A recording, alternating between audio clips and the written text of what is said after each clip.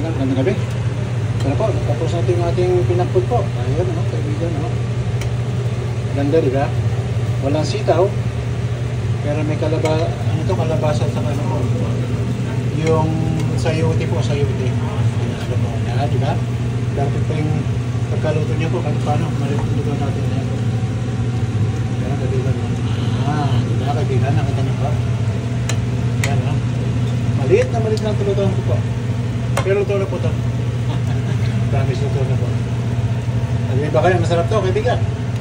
Ayan, no? Ayos na to. Buka tayo ng pinakbet. Palaya pong karne. Tama. Huwag yung puro karne kasi pag lumalabas ka sa mall, puro ano na rin po eh. Nakakasawa rin puro luto ng mall. Tutuusin, masarap pa yung gawa ng mga nanay natin sa bahay. Sa totoo lang. Maraming nanay na magaling magluto, mga madam. Diba? Kaya ito po. Pakita ko sa inyo po para ano ha. Ayan po. Ayan. Ayan po. Ayan o. Ito na. Wala na sabaw halos po. Nagsasabaw kasi yung kwan po yung sayo. Ayan. Ito na po. Ayan o. Kaibigan o. Ayan o. Ano, kaibigan, nasan yung pinggan nyo? Tayo'y kain na. Alai. Sarap po ito. Ayan, kaibigan o. Ganda o, kaibigan o. Ayan o. Ayan. Kasadap na po tayo, may mga po. Pakita ko na sa inyo po paano ano, sistema ito sa kusina pag ano.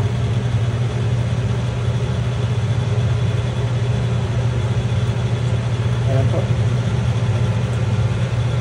May katapat mo po yan, may kadugtong yan. Pinakbot sa ano, ayan o.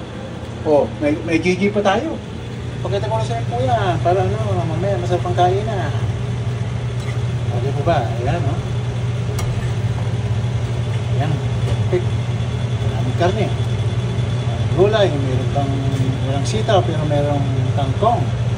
Kangkong na birilong, pampalong ng buhay. Sabi nga nila, ang kangkong.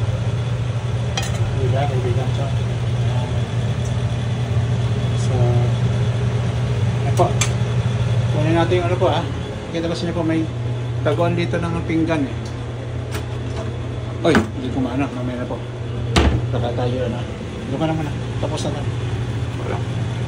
Tapos na. Ayan.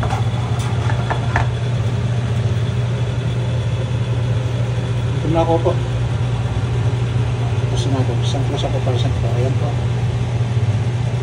Ayan. May kalabasa po yan. May sitaw, may kingkong, pampalong, instead of sitaw, pwedeng kangkong. Okay ba kaibigan? Paano? Kaya na po tayo. Magandang gabi muli sa atin lahat po.